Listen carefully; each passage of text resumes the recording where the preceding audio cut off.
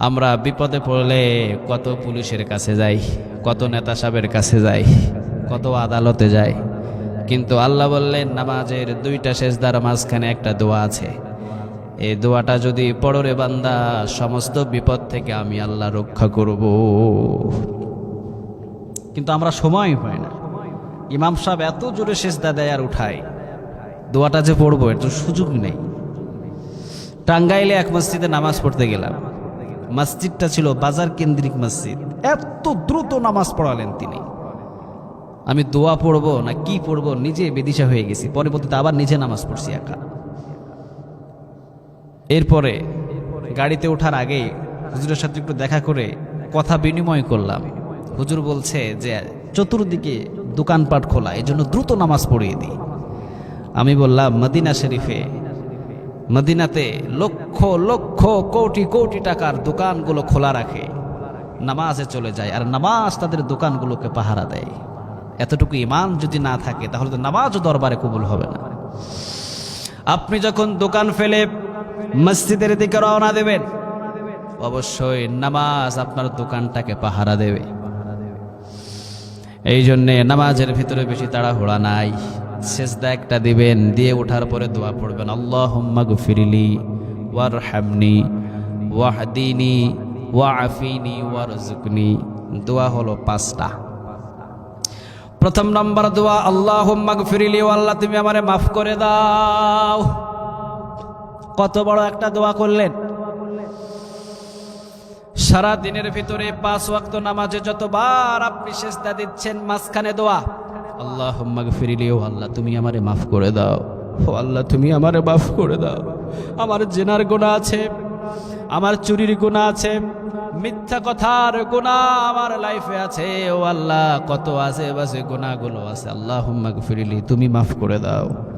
আল্লাহ তুমি যদি মাফ না করো কার দরবারে আমি যাব? প্রত্যেকটা সেজদা এই দোয়া, আল্লাহুম্মা গফিরলি। এক সেজদা দিয়ে আরেক সেজদা দেওয়ার আগে মাঝখানে বসে এই দোয়াটা পড়বেন, আল্লাহুম্মা গফিরলি, ও আল্লাহ তুমি আমারে মাফ করে দাও। ওয়ারহামনি, ও আল্লাহ তুমি রহমত বর্ষণ করো।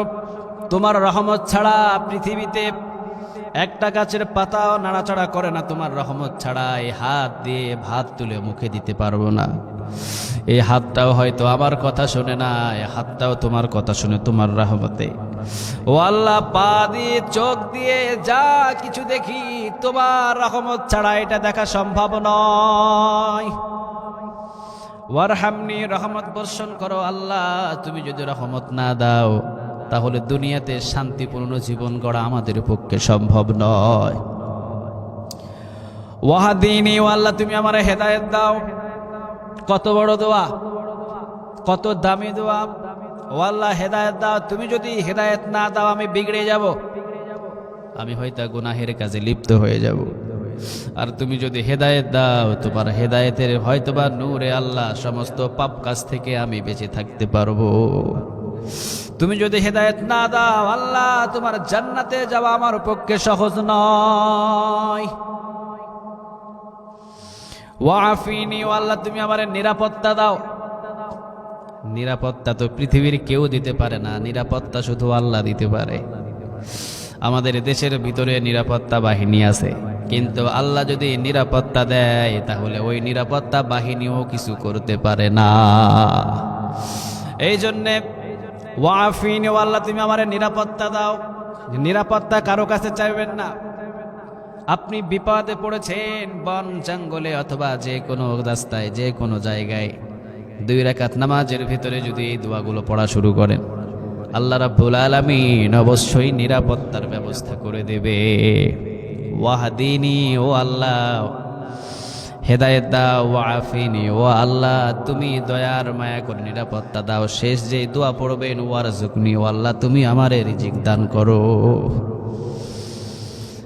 তুমি রিজিক দাও, রিজিকের পেরেশান কমায়া দাও। এই জন্য 5টা দোয়া করবেন। এক সেজদা দিয়ে উঠে দোয়াটা পড়ে আবার আরেক সেজদা দিবেন, আল্লাহুম্মা গফিরলি ওয়ারহামনি ওয়াহদিনি ওয়াআফিনি ওয়ারযুকনি। এই 5টা দোয়া পড়বেন, আল্লাহ রাব্বুল আলামিন অবশ্যই জীবনটাকে পরিবর্তন করে দেবে।